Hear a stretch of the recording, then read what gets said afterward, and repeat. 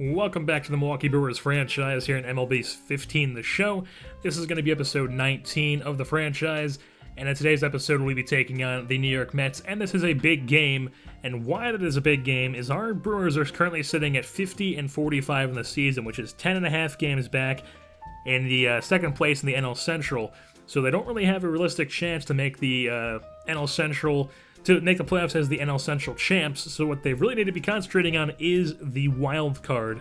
And the wild card right now is a three-way tie between us, the Mets, and the Nationals. So if we win this series, we should have a commanding, not a commanding, but like we should have a lead as definitely one of the two teams in the wild card spot. But we need to win that series first, and this is going to be game one of that series. And the guy we have going on the mound for this game is Chris Medlin, who is 10-3 on the season with a 1.32 ERA, really leading the entire pitching staff. And our rotation has pretty much been lights out this season. The highest ERA on the team is a 3.38, and if that's the highest ERA on your team, you're doing something good because that's a pretty good ERA. And that's Willie Peralta. He's 8-5 on the season as well, so he's doing a pretty good job. And then in the bullpen, however, entering the season, I thought the bullpen was going to be one of our strengths, but it really wasn't, because Justin Wilson is 5-2, but he's got a 5.66 ERA. He's our lone lefty in the bullpen.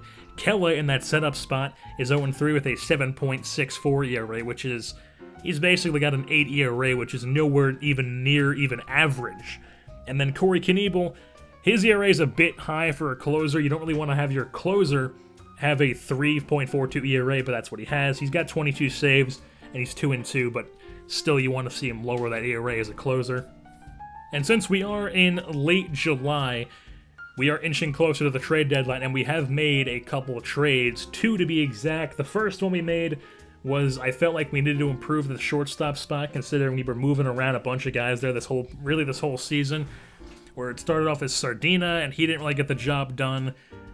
It was Don Simone for a bit, Cesar Hernandez, and we just moving guys in and out of the position, and really none of them have really produced too much, but Don Simone's never really got a starting spot. But anyways, when we went out and we got a better shortstop, a pretty good shortstop, and that shortstop is Adeiny Hechavarria from the Miami Marlins. He's an 84 overall. He's only 27 years old, and he's having a pretty good season with the Marlins. He's hitting .273 with 4 home runs and 24 RBI with 6 stolen bags as well. He's a very, very good defensive shortstop as well, so he's really a quality guy to have at that shortstop spot, and he's now a member of our Milwaukee Brewers club, as we also got from the trade Nick Whitgren, a relief pitcher to help out our struggling bullpen, who's currently spending time in AAA with them because he wasn't really getting a chance in the big leagues with them, but he's going to be in the big leagues with us. And then we sent them Luis Sardina, who was our starting shortstop, and then a shortstop prospect in Alfonso Feliciano in return for Hechavarria and Whitgren. And then the other trade we did, which was probably the bigger one we did, was Cole Calhoun. We traded Jimmy Nelson, who is in AAA, and then another AAA pitcher in Tyler Cravey, to the Angels in return for Cole Calhoun, because I felt like we really needed another bat, a bat that could drive runners in and provide a pretty significant spot in the lineup, and I felt like Cole Calhoun is going to be able to do that. He is a right fielder, obviously. He's going to be playing right field for us, 84 overall, 29 years old, big potential. Cole Calhoun, this is the final year of his deal, and he's hitting .267 with 15 home runs and 39 RBI. He is currently on pace to break his career high in home runs, so hopefully that can happen with us, and hopefully he can keep producing in the second half of the season with our Brewers.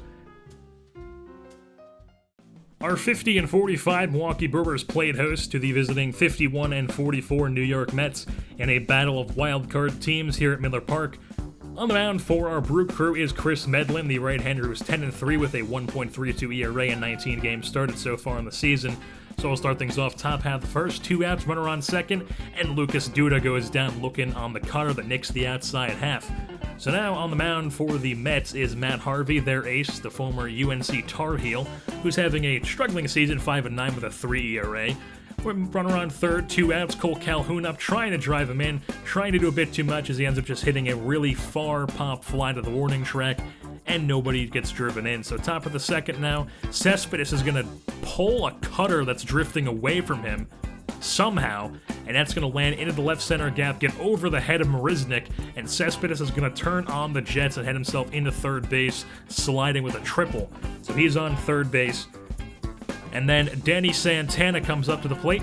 He pops up into shallow center field. Marisnik's going to put that one away with ease, and for whatever reason, Cespedes is going to try to tag up on Marisnik's strong arm, and, well, he did not go well for him, so he gets thrown at the plate, and still no run. So bottom half of the second now, Martin Prado almost gets all of it, but it dies at the warning track, so Prado, no runs on that.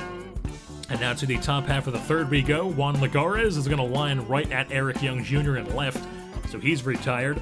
Now we head to the bottom half of the third, runners on first and second with 2 outs. Lucroy ricochets one right off Harvey's leg. He would be fine, and the throw to first would get him in time. So nobody comes in once again. Bottom half of the fourth, things would change. Van Slyke with 1 out rips one into left center field. Lagares has some trouble with it on the dive. That'll roll up against the wall, so Van Slyke's going to head into second base, standing up with a double with 1 out.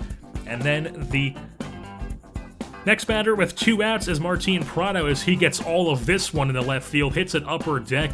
That's out of here. Martin Prado's 7th home run of the season makes it a 2-0 Brewers lead. As we'll pick things back up in the top half of the fifth, as Medlin's show continues, a little backhand jab there, or backhand stab by Jeanette, and fires out d'Arnaud at first. So then the top half of the sixth, Hechavarria showing off a little bit of that range we traded for, with the spinning throw over to first, gets his man in time. And now we head to the top half of the seventh with Cespedes up, runners on first and second with 1 out. Hits a little chopper, Van Slyke field, steps in the bag, so first and second and third now with 2 outs.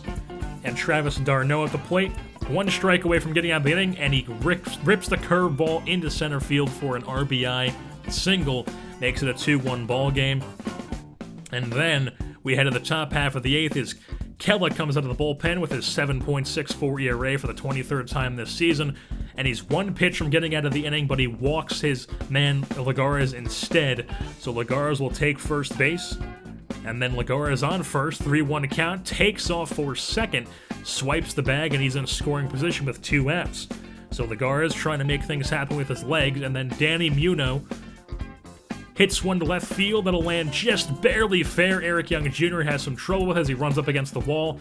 Lagares would easily score and tie the ball game up at 2, as that tie would stay up until the bottom half of the 10th. Lucroy starts off with a little single into center field. He's on first base.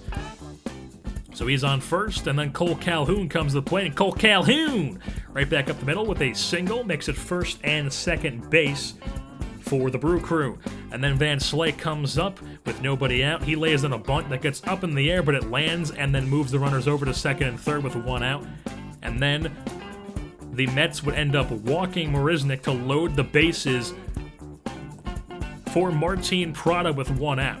So Martin Prado is going to end this game with a deep pop fly to center field as it's caught by Lagares, but he has no chance at throwing out Lucroy running to the plate on the tag up, and that is how the cookie crumbles in this game as the Milwaukee Brewers come away with the victory by a score of 3-2 over the New York Mets as they improve to 51-45, and the Mets drop to 51-45 on a walk-off pop fly from Martin Prado, who is responsible for all of the Brewers' runs this game as he was player of the game. He went 1 for 4 with a home run and 3 RBI. And then Eric Young Jr. was 3 for 5, Scott Van Slyke 2 for 5, Jonathan Lucroy 2 for 5, Parnell gets the victory, he's 3 and 4, gets the victory against his former team, and Vic Black gets the loss, he was 2 and 2 on the season now. As that being said, that'll wrap things up here for this edition of Brewers Baseball. I've been your host, Jersey Born, and I'm saying goodbye. I don't practice.